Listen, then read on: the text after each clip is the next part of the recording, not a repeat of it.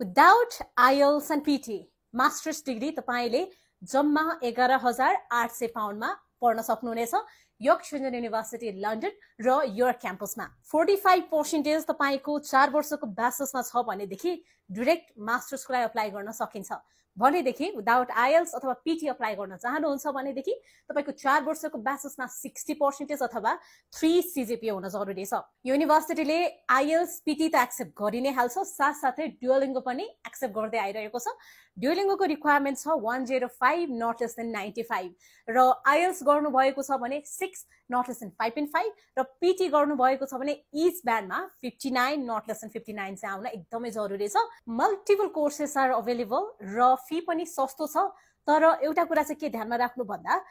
already नै यो भन्दा अगाडिको सेप्टेम्बर 2025 को स्टुडेन्ट्सहरु धेरैको जनवरीको लागि डिफर भएको छ सो नयाँ अप्लाई गर्ने विद्यार्थीले चाहिँ एज सुन एज पोसिबल आफ्नो एप्लिकेसन चाहिँ राख्नु पर्ने हुन्छ किनकि जसले अगाडि पेमेन्ट गर्छ उसको सिट रिजर्भ हुन्छ सो युनिभर्सिटीमा तपाईको इन्टरभ्यु चाहिँ पेमेन्ट भन्दा अगाडि नै हुन्छ सो आफ्टर इन्टरभ्यु पास गरिसकेपछि देन 50% पेमेन्ट गरेर तपाईले कास र भिजा अप्लाई गर्न सक्नुहुनेछ अनि अर्को इन्ट्रेस्टिङ कुरा भनेको चाहिँ यो युनिभर्सिटीले